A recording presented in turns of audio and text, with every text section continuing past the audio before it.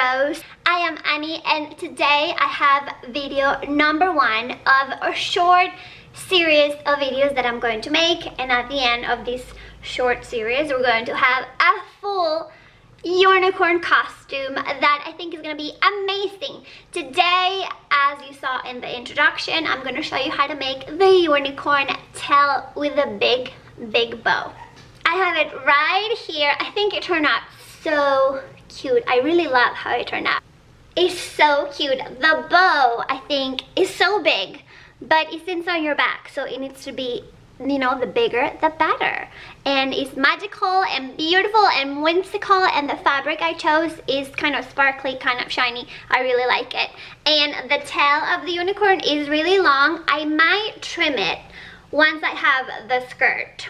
The skirt is going to be the next video, so stay tuned for that one because it's going to be magical, even more magical than this one. So this is it. I added here a little detail of flowers that makes it more magical and kind of like a woodland creature and beautiful. I don't know, I like it. I wanted to add more things, and you can do that, like ribbon or pom-poms or flowers, big flowers, small flowers, but I didn't want to do that because my bow is already kind of big, so I didn't want to put too many things, and I'm pretty happy how it turned out.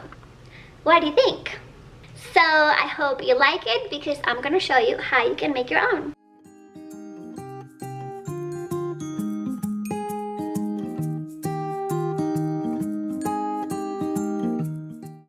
So of course you're going to need fabric. This one is mine, and like I showed you on the bow, it's kind of shiny, kind of 90s, I don't know, but I really like it, and I think it's kind of magical, perfect for the unicorn. You're also going to need interfacing. Interfacing looks like this. It's like it goes in between your fabric to make your work kind of rigidness. See how it is? You could also use cardboard, like a piece of a box, I'm sure. But see how the bow, the fabric is just not falling over like this one, it just falls. This one is rigid because of the interfacing, and it gives it some stability. And like I said, if you don't have interfacing, you can use a piece of cardboard. I'm sure it's gonna work the same way. Or if you don't have it and you don't have a box, you can also use batting. Batting is similar to interfacing. It also goes in between the fabric. It's a little more cushiony. This one is very cushiony. They have them less cushiony, but it could also give it some stability. You're also going to need some glue, needle and thread, and enough ribbon to go around your waist. So I first took the interfacing and I cut it to measure 13.5 inches by 9 1/4 inches, and that will be the size of the bow. I also cut 2 pieces of cardstock to the same measurements because I want to show you that you can also use a box. Then with the fabric, I really didn't measure. I just took a piece of fabric that will be big enough to cover both pieces of interfacing together. So you lay them one next to the other, and we're going to cover them completely with the fabric.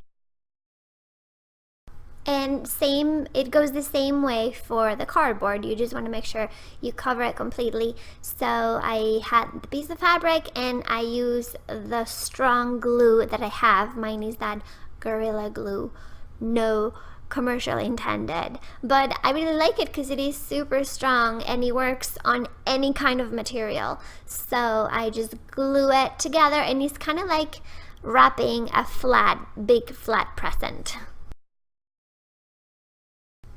And then you just put glue on that narrow end of this long strip. We fold it in half and we glue those 2 sides together. So we have something that looks like this, and that is the base of our bow. For the ribbon of our bow, we're going to cut 2 pieces of interfacing in this shape, and we are again going to wrap them in fabric just like we did with the base of the bow. When you do wrap them, just make sure you leave a space between them, maybe a gap of 1.5 inches or 2 inches. Last, for the center of the bow, I cut a small piece of fabric. Mine measures 5 inches by 8.5 inches. I folded that in half with the right side of the fabric in, and I sew it on the long side. You can also glue it, but I decided to sew mine. Then you turn it around and that's it. Then we can put everything together. So we first take the base of our bow and we're going to fold it in the center only, kind of like an accordion. Actually, exactly like an accordion. And we just fold it, then we hang the ribbon piece in the back. Remember how we left that space between the interfacing? That is so there's only fabric there and we can easily hang it. And then we hold both pieces together with the center of the bow. And then I'm going to hold everything temporarily with an elastic, and while I have it like that, I'm going to sew it. And that's it for the bow. Oh, it's really pretty. Now for the tail of the unicorn, I went to my local beauty supply store and I purchased this thing of synthetic hair. It's not extensions, it's just this really long piece of polyester hair, and it's perfect for the unicorn. I added a long piece, one strand of this really pretty ribbon that has some tiny pink roses. I think it gives it a super cute detail, but I grabbed the long piece of hair that is folded in half and the ribbon, and I put a small elastic around it, forming a small loop.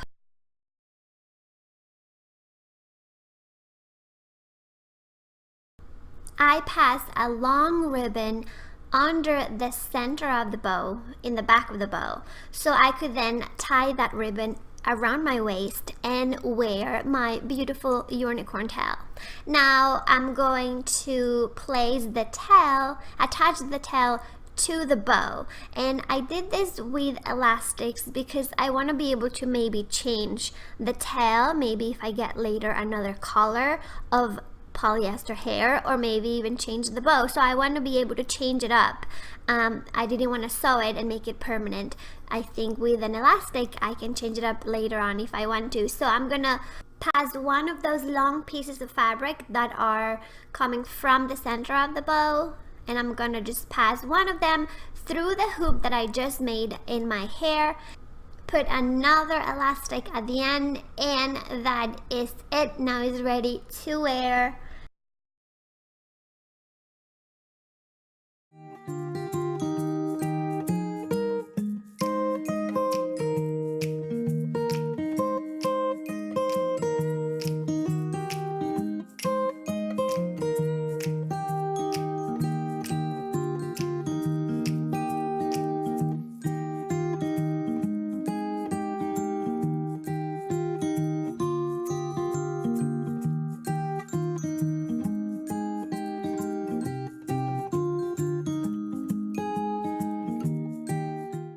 So that is it for today, but there's still part 2 and 3, and you need to come back to see that because you cannot be a unicorn only with a unicorn tail. You need the entire outfit. So make sure to come back next week. I wish I could give you a little preview of next week's video, but it's still in the works and I don't think he's ready to be shown. He might get a little shy, so let's just keep it a surprise. But make sure you come back so you don't miss it. Maybe you could subscribe. If you do, this kiss is for you. Don't forget to like this video if you liked it, share it with your friends, and we'll see you next time. Bye. Bye.